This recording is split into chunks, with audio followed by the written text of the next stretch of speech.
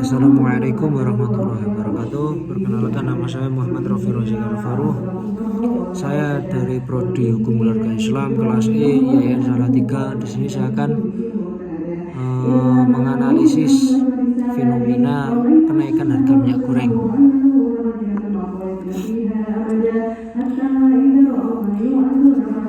Minyak goreng merupakan produk hasil pemurnian yang berasal dari tumbuhan maupun hewan. Minyak goreng yang banyak digunakan oleh masyarakat di Indonesia adalah jenis minyak kelapa sawit.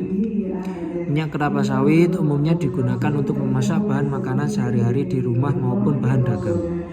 Namun, sejak kuartal keempat tahun 2021 hingga kuartal pertama tahun 2022 ini, minyak goreng telah mengalami kenaikan harga yang cukup signifikan yang membuat masyarakat cukup kepayahan dalam membeli minyak goreng.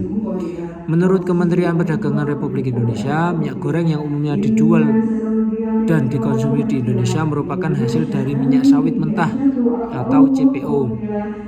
Lonjakan harga minyak goreng dari awal Januari 2021 hingga Januari 2022 digambarkan pada grafik peningkatan harga minyak goreng dengan lonjakan tertinggi terjadi pada bulan Desember 2021. Menurut Famiola, harga minyak goreng ditentukan oleh CPO luar negeri, nilai tukar rupiah terhadap US dollar, kebijakan pemerintah, dan juga jaringan industri. Minyak distribusi minyak goreng yang beredar di pasaran nyatanya belum terdistribusi secara baik. Distribusi minyak goreng di Jawa Barat mengalami ketimpangan antara toko retail dan pasar tradisional. Pemerintah Jawa Barat mengakui bahwa distribusi minyak goreng di pasar tradisional mengalami keterlambatan sehingga terjadi ketidakmerataan distribusi. Ketidakmerataan distribusi juga diakui oleh pemerintah Provinsi Jawa Tengah sebagai penyebab mahal dan langkanya stok minyak goreng di pasar, sehingga pemerintah melakukan operasi pasar untuk mendistribusikan sekitar 32 ton minyak goreng di kota Semarang. Kelangkaan yang terjadi diduga disebabkan adanya penimbunan minyak goreng di berbagai daerah. Penimbunan telah ditemukan di Banjar, Pekalongan, dan Konawe yang bahkan dijual kembali di atas harga eceran tertinggi.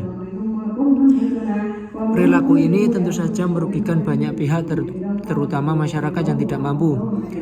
Penimbunan dalam Islam disebut ihtikar, yang berarti tindakan penguasaan pasar sedemikian rupa sehingga merusak mekanisme pasar yang ada. Penimbunan umumnya dilakukan untuk menaikkan harga suatu produk pada periode tertentu yang menyebabkan produk tersebut menjadi langka. Penimbunan merupakan salah satu perilaku serakah, individualis, dan egois yang dilarang oleh Islam dan berdosa apabila dilakukan. Para ulama menyebutkan bahwa penimbunan yang haram adalah apabila yang ditimbun telah melebihi kebutuhan. Penimbunan menunggu harga produk naik agar dapat menjualnya dengan harga tinggi, dan dilakukan ketika manusia sangat membutuhkan produk yang ditimbun.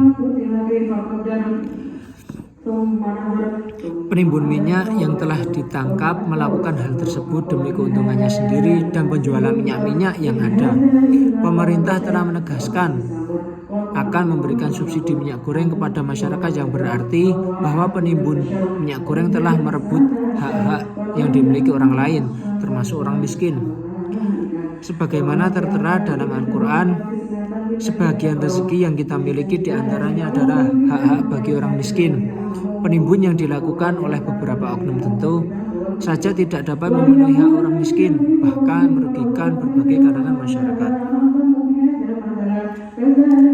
Disebutkan dalam Quran surat Al-Baqarah ayat 267, "Hai orang-orang yang beriman, keluarkanlah atau nafkahkanlah di jalan Allah sebagian dari hasil usahamu yang baik-baik dan sebagian dari apa yang kami keluarkan dari bumi untuk kamu." Dan pada surat Al-Zariyat ayat 19, "Dan pada harta-harta mereka ada hak orang miskin yang meminta dan orang miskin yang tidak mendapatkan bahagiaan." Dugaan penimbunan minyak yang dicurigai masyarakat pada kenyataannya memang terjadi dan benar adanya. Menurut Kompas.com, pada awal bulan Maret 2022, polisi di daerah Lebak, Banten menemukan adanya penimbunan minyak goreng di sebuah rumah di Desa Cempaka, Kecamatan Warunggunung, Kabupaten Lebak, Banten. Sebanyak kurang lebih 2000 karton atau mencapai 20 4.000 liter minyak goreng. Adanya oknum penimbunan minyak goreng juga terjadi di Kota Palu, Sulawesi Tengah. Perilaku menimbun minyak pada kondisi naiknya harga dan langkanya minyak goreng merupakan salah satu tindakan yang merugikan orang lain dan berdosa dalam perspektif Islam. Begitu pula menurut pandangan hukum negara, pelaku penimbunan barang yang diperuntukkan bagi masyarakat luas dapat dihukum dan dipenjarakan sesuai pasal yang berlaku. Pelaku penimbun minyak goreng di Lebak, Banten ditangkap dan dikenakan pasal berlapis pada pasal 133 UU nomor 8 tahun 2012 tentang pangan dan pasal 107 nomor 7 tahun 2014 tentang perdagangan dengan penjara minimal 7 tahun.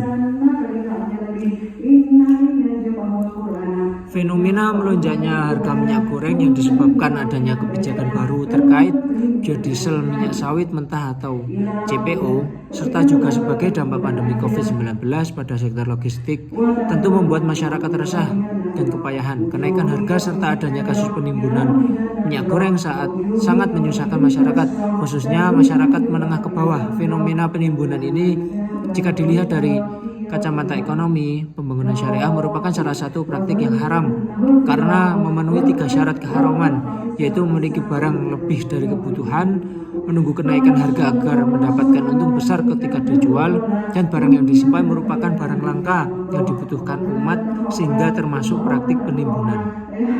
Tindakan yang diambil pemerintah merupakan salah satu konsekuensi yang tepat diberikan kepada pelaku penimbunan minyak goreng. Cukup sekian dari saya, ada salahnya mohon maaf. Wassalamualaikum warahmatullahi wabarakatuh.